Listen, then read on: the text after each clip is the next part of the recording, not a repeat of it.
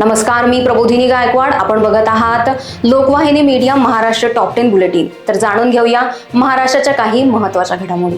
पेंच अभयारण्यात सालेघाट रेंजमध्ये आढळला तरुण वाघाचा मृतदेह. T-103 शावकाच्या मृत्यूने वन विभागात खळबळ. महाराष्ट्र SECवर महाभियोगाची कारवाई करावी. स्थानिक निवडणुकींच्या विलंबनावरून पटोले यांची मागणी. गोंदिया नगर परिषद मतदानात तांत्रिक अडथळे. 3 केंद्रांवरील EVM दुरुस्तीनंतर मतदान प्रक्रिया सुरळीत. नाशिक साधू ग्राम प्रकल्पात 1700 पैकी 60% देशी झाडे कायम. स्थानिक प्रजातींचे रक्षण होणार. आयुक्त मनीषा खत्रींची स्पष्ट हमी. महाराष्ट्राच्या वाढलेल्या उत्पादनामुळे देशातील साखर निर्मितीत ऑक्टोबर-नोव्हेंबरमध्ये 43% उसळी.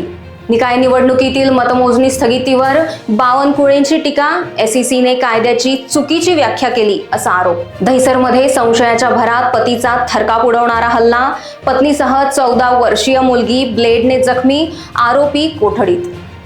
येरवाड्यात दुर्दैवी प्रेम कहाणीचा करुण अंत. लग्नाच्या विरोधातून तरुणीची हत्या आणि तरुणाची आत्महत्या. पुणे हादरलं.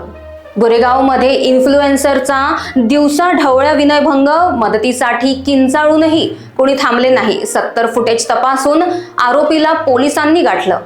सांगली मनपाचा 10 टन बायोमिथेनेशन प्रकल्प सुरू. ओल्या कचऱ्यापासून रोज ऊर्जा व सेंद्रिय खत निर्मितीची शाश्वत झेप.